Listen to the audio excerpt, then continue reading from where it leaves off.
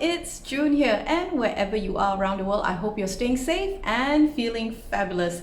We are back again to talk more about books, and I even have a giveaway. This giveaway is international, so make sure you stay with me right through to the end of this video. I have much to share with you, so let's get rolling.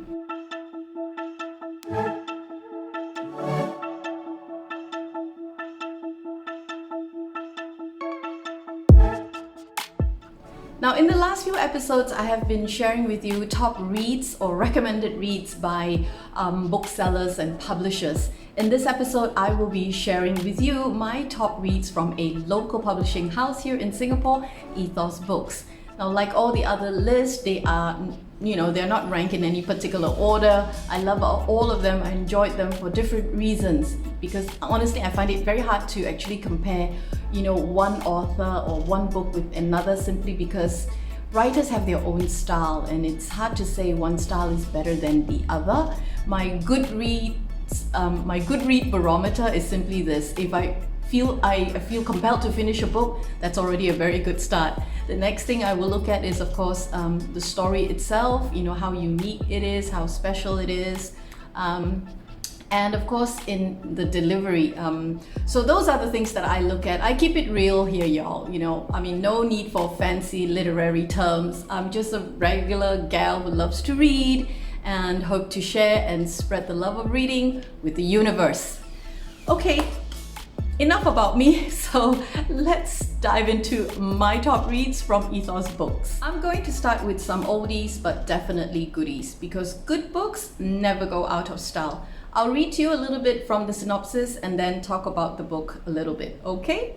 Corridor is a collection of short stories set in present-day Singapore. With unsentimental clarity and heartbreaking honesty, Alfian Saad writes about HDB dwellers, students, housewives, and factory workers whose lives begin to unravel once they discover that happiness is a fragile thing in a country obsessed with progress and success. Now, for those of you who may not be familiar with life in this city-state, HDB is the Housing Development Board, and they are responsible for public housing here in Singapore. Now, up to 80% of Singapore's population reside in HDB flats, and that includes me. And they kind of look like this.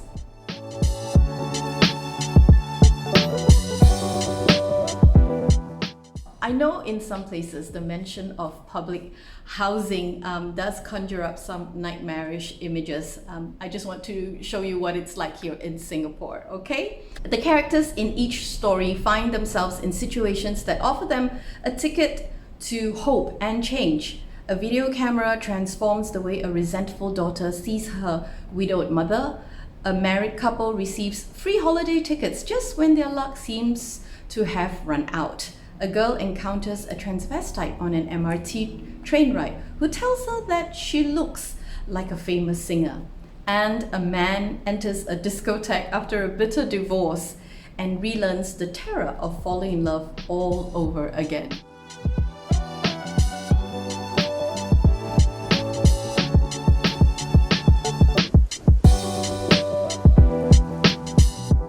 While Corridor focuses on the HDB dwellers, Hook and I delivers stories that are set in disparate locations here in Singapore, ranging from landed properties to migrant worker dormitories, and speak of struggles and persistence and love. Now, talk about keeping it real, you guys. In the current climate, I can't help but feel that these two books are really just the thing we need to prompt us to start thinking and reflecting on how we've been living our lives. And it's also, it's very real and raw. It talks about the real Singapore beyond the Marina Bay Sands and the infinity pool in the sky, if you know what I mean. These stories articulate the many facets of life in this city-state that some people may not see, choose not to see, but really ought to see. When people ask me for recommendations for books about the real Singapore, these are the two books that I reach for. for straight away. These are the two books that I would recommend right away. Corridor by Alfian Sa'ad and Hook and Eye, which is a collection of short stories.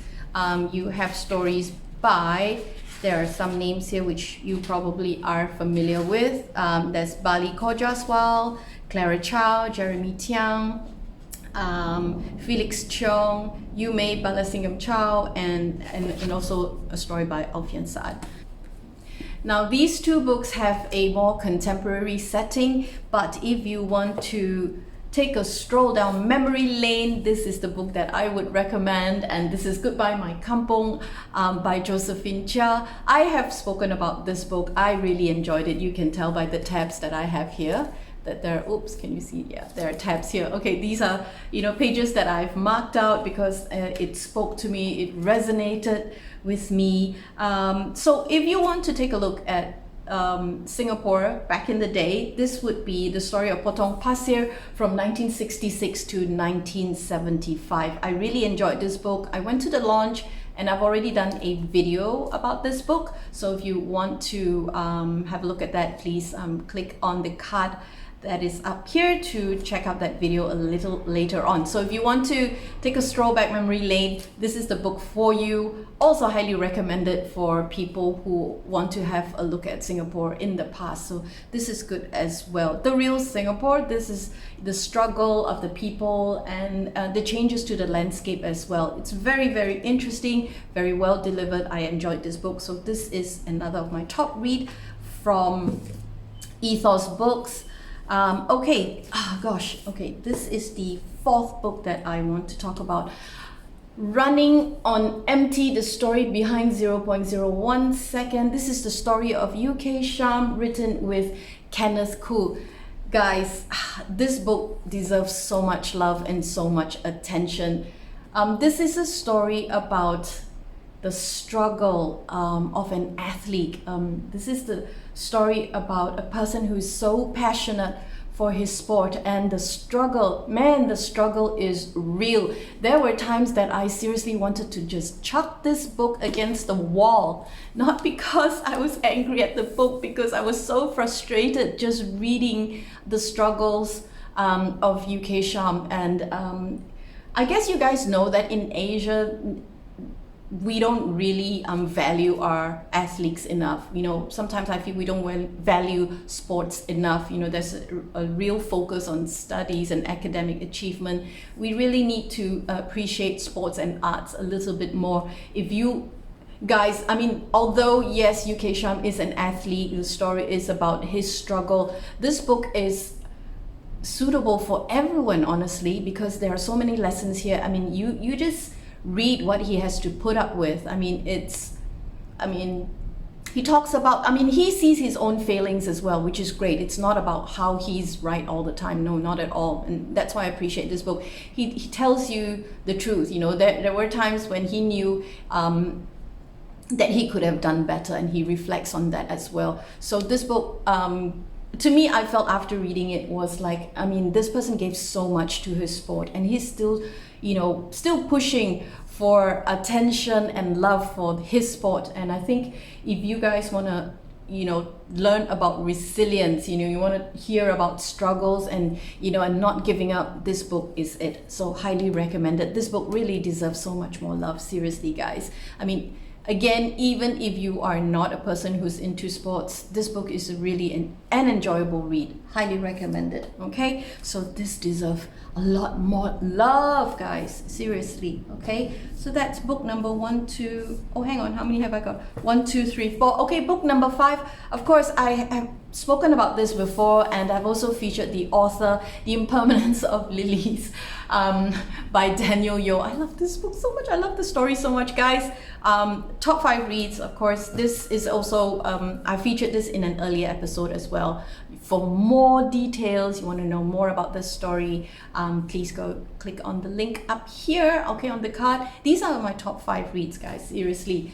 This is, of course, the story. I'll read it again just in case you guys don't want to click on the card above. This is a story. The captain of the Titanic went down with his ship on the 15th of April 1912.